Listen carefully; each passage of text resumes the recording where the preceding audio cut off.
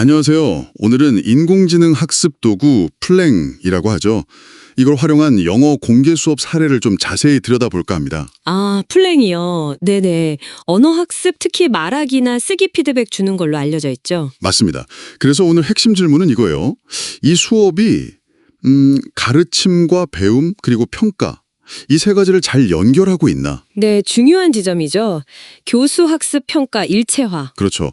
그리고 전문가 입장에서 봤을 때 수업 설계는 괜찮았는지, 또 학생들은 정말 깊이 있는 학습을 하고 있는지, 뭐 혹시 수업에서 좀 따라가지 못하는 학생들은 없는지, 학생 주도성은 또 어떤지, 이런 것들을 좀 꼼꼼히 보려고요. 좋습니다. AI 활용 교육이 많아지는 만큼 실제 현장에서 어떤 모습일지 구체적으로 보는 게 중요하니까요.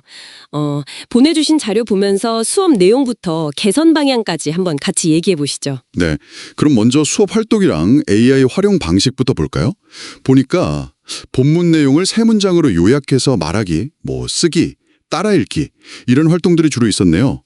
여기서 AI 역할은 뭐였죠? AI는 주로 학생들 발음이나 유창성, 또 어휘 사용, 문법, 그리고 내용 면에서 핵심 표현을 잘 썼는지 이런 걸 보고 바로 피드백이랑 점수를 주는 시기였어요. 아, 즉각적인 피드백이군요. 네, 예로 들면 어떤 학생은 내용 요약 같은 건 잘해서 10점 만점에 8점 받았는데 또 다른 학생은 특정 단어 발음에서 아예 0점을 받기도 했고요. 0점이요? 와, 좀 심한데요?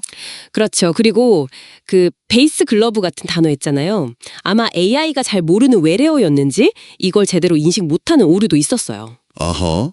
그럼 AI 평가를 뭐 100% 믿기는 좀 어렵다 이런 얘기네요. 교사 역할이 여전히 중요하겠는데요? AI 점수를 보고 필요하면 조정하는 과정이 꼭 필요해요. 실제로 기술적인 문제도 있었다고요. 네, 맞아요.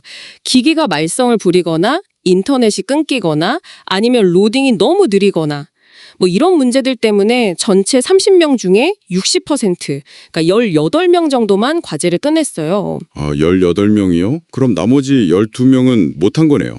네, 중간에 그냥 포기해버린 거죠. 이런 불안정성 때문에 실제 수행평가에 쓰기는 좀 망설여지겠어요. 맞습니다.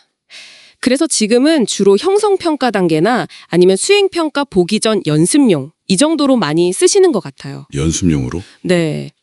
물론 1대1로 하면 인식률이 좀 나아질 수는 있겠지만 학생들 전부 개별적으로 하려면 시간이 너무 오래 걸리고요.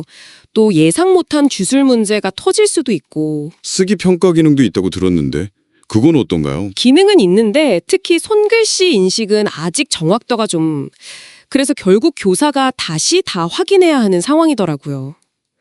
그리고 더 중요한 건 수행평가는 이미 정해진 기준, 그 루브릭 있잖아요. 네네, 평가 기준표요. 네, 그걸 따라야 하는데 플랭 AI 기준을 이 루브릭에 맞추거나 대체하기가 현실적으로 쉽지 않다는 거죠. 그렇군요. 근데 학생들은 AI가 바로바로 피드백 주는 건 좋아한다면서요? 참여 유도 효과는 좀 있지 않나요? 아, 그 점은 확실히 장점이에요. 그냥 강의 듣는 것보다는 훨씬 학생들이 뭔가 해보려고 하죠. 네. 근데 아까 말씀드린 것처럼 기술 문제 때문에 중간에 그만두는 학생들도 있고 또 어떤 학생은 AI 점수가 이상하다면서 교사한테 와서 물어보기도 하고요. 아, 이해 제기하는군요. AI 평가랑 교사 평가 사이에 좀 차이가 있을 수 있겠네요. 그렇죠. 그 간극을 어떻게 설명하고 조율할지가 또 숙제죠. 좀 더 근본적인 고민도 있어 보여요. 자료 보니까 학생들이 플랭 쓰기 전부터 번역기나 챗GPT 같은 거에 많이 의존하는 경향이 있었다는 지적이 있더라고요. 네, 맞아요. 이러다 보면 스스로 초안 잡는 능력이 떨어지는 거 아니냐 이런 우려. 이건 어떻게 보세요? 아, 그리고 태블릿에 키보드가 없어서 쓰기 활동이 불편했다는 얘기도 있었고요. 그거 정말 중요한 지적입니다. AI가 편하긴 한데 자칫하면 학생들이 깊이 생각하고 글 짜는 과정을 그냥 건너뛰게 만들 수 있거든요. 그렇죠. 그래서 AI를 쓰더라도 학생들이 스스로 생각하는 힘을 기르도록 돕는 장치, 그 스캐폴딩이라고 하죠. 발판 역할, 이게 더 중요해져요. 스캐폴딩이요? 예를 들면 어떤 게 있을까요? 뭐 문장 구조 틀을 좀 제시해준다거나 아니면 써야 할 핵심 어휘나 표현을 미리 알려주거나 관련 이미지 같은 걸로 아이디어를 좀 자극하거나 이런 것들이죠. 키보드 없는 문제도 사실 무시 못하고요. 쓰기 활동에 직접적인 영향을 주니까요. 그럼 이 수업 사례를 바탕으로 좀 더 나은 수업 모델을 제안해 볼 수도 있겠네요. 예를 들어 반려동물 묘사하기 같은 주제로 사찰시 수업을 한다면 어떨까요? 네, 좋은 시도죠. 예를 들면 1차 시엔 예식을 읽고 분석하고 2차 시엔 학생들이 직접 초안을 써보고 플랭으로 피드백 한번 받아보고 네. 3차 시엔 그 피드백 보고 글 고쳐 쓰고 마지막 4차 시엔 최종 글쓰기를 수행평가랑 연결하는 거죠. 아, 단계적으로요? 네. 거기서 더 나아가면 학생이 자기가 쓴 글을 플랭에 따라 읽기 과제로 만들어서 읽어보는 거예요. 그럼 발표 연습도 되고 쓰기랑 말하기 통합도 되고요. 오, 그거 좋은 아이디어인데요? 그리고 AI 자체도 좀 개선되면 좋겠어요. 예를 들어 학생 학년 수준에 맞게 어휘나 문법 피드백 난이도를 좀 조절할 수 있는 기능 같은 거요. 네, 맞춤형 피드백이 중요하겠네요. 앞으로 좀 더 열무해 볼 만한 부분들도 많아 보여. 뭐 교사 평가랑 AI 평가를 비교 분석한다던가. 그렇죠. 또 AI 쓰는 게 교사 업무 부담을 줄여주는지 아니면 오히려 새 부담이 되는 건 아닌지 이런 것도 측정해 봐야 하고요. 더 효과적인 AI 활용 수업 모델 개발하고 검증하는 연구도 계속 필요하겠죠. 맞습니다. 그런 연구들이 쌓여야 현장에서 AI를 정말 제대로 교육 목표에 맞게 쓸 수 있는 지혜가 생길 것 같아요. 네, 동감합니다. 자, 오늘 플랭이라는 AI 도구를 활용한 영어 수업 사례를 통해 여러 이야기를 나눠봤습니다.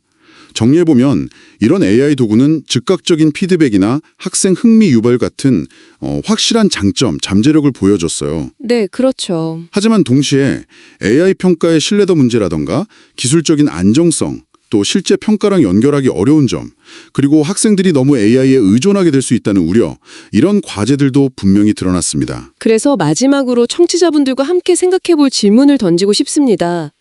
우리는 기술로 학습 효과를 높이려고 하죠. 근데 동시에 학생들이 그냥 도구에 기대는 걸 넘어서 스스로 깊이 생각하고 표현하는 능력을 키우는 게 어쩌면 더 중요한 교육 목표일 겁니다. 네, 본질적인 목표죠. 그렇다면 교사는 이 두 가지, 즉 기술 활용과 학생의 주체적인 학습 능력 신장 사이에서 어떻게 균형을 잡아야 할까요? 아마 이 질문에 대한 고민과 실천이 앞으로 AI 시대 교육에서 정말 중요한 핵심 과제가 되지 않을까 싶습니다.